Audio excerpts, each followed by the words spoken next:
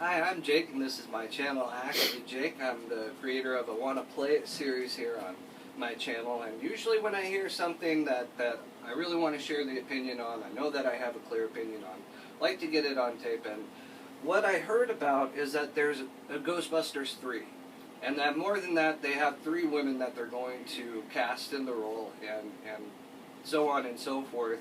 And I'm not trying to be a negative person about it. I just really think that it's a bad idea. I believe that if you know anything about the Aliens trilogy, and I know that there's a 4th one, whatever, the 3rd one's the one that I want to talk about. The 3rd one was when somebody in the studio kind of stood up, raised their hand, said, "Don't we own Aliens? We haven't put out an Aliens movie in forever. Don't we own Aliens? That's at least like $3-4 million for us if we do it right? Everybody in the corporate table says yes. That's a problem. It's coming down from up there. The thing that made Ghostbusters, and I'm sorry, and God rest his soul, is Harold Ramis. The humor of Ghostbusters. What was special about Ghostbusters 1 and 2 is it wasn't just funny.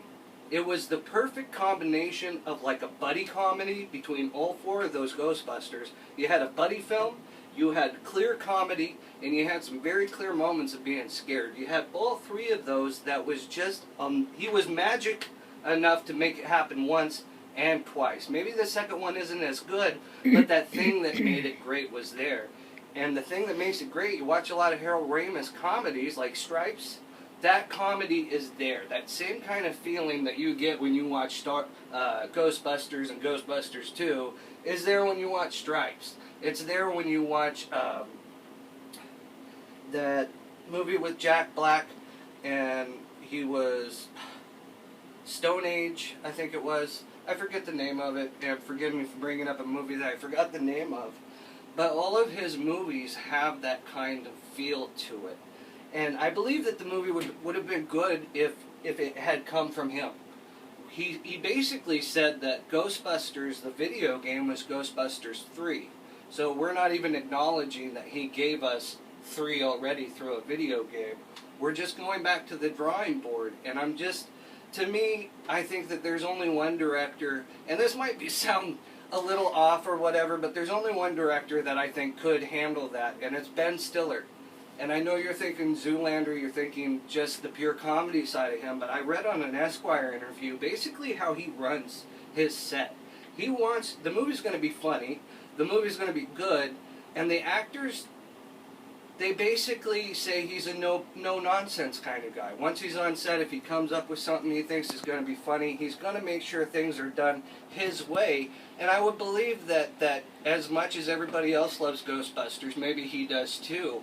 And that would be somebody that would be able to go into a room, and rather than worrying about how much money it's going to make, go, why is this going to be funny? Why are we making this? Who are we going to cast in it? Because we're hearing about the cast before we're hearing any kinds of story. So do you have who's going to be in the movie before you have a script? Because that's not good. The only way that this movie's going to be any good is if somebody in bumfuck Utah goes to Hollywood going, I've got the golden Ghostbusters script.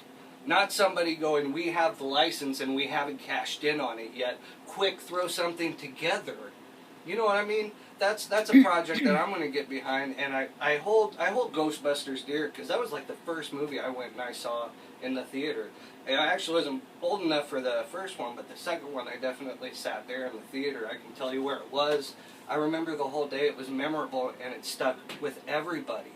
That's what this Ghostbusters has to do, if it's not just going to be a waste of time.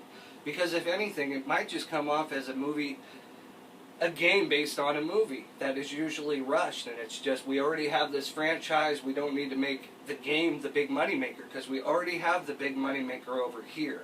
And hopefully that's not what Ghostbusters 1 and 2 is, saying, we have the name, let's cash in. Do something original, and you'll get a trilogy out of it just because of the numbers of people that go to see it, just because it's legit and not just a cash-in. So that's just my thoughts on Ghostbusters, and I wanted to put it on my channel. Please leave comments whether you agree or disagree, and please like and subscribe.